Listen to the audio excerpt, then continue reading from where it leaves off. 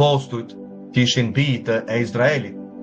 Kur shkrimi thotë që kjo është një shenjë e përjetshme midis meje dhe bijve të Izraelit, apo jo, një beslidhje e përjetshme. A ishte Mesia biri i Izraelit? A ishin apostujt vëlla motër bijtë e Izraelit?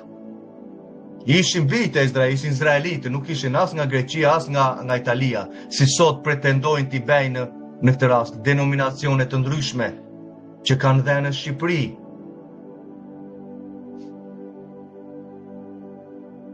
Bijtë e Izraelit apostujt, por respektonin sabatin për ta kremtuar atë brez pas brezi, apo jo?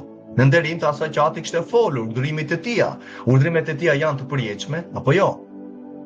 Ja ku kemi origjinalin nga greqishtja, ka ata miato sabaton. Mos gaboj, tani nuk e shqiptaj dot në greqisht ndoshta, por e dim që është fjala sabaton. Ka ata miato sabaton.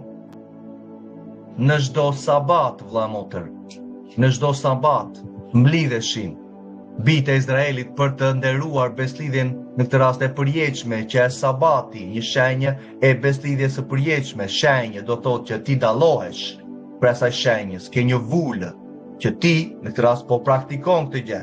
Bota dallohet ka shenjat e saj. Zbulesa 14:11 të bishës së figurës dhe do marri dhe damkën fizikisht më vonë. Ati po të thotë ty dhe mua që të kemi shenjën e mirë në vargun 12. Zbulesa 14:12 thotë kjo është qëndrueshmëria e shenjtorëve. Përse qëndrueshmëri? Davtjatit. A pati qëndrueshmëri këtu vëlla motër?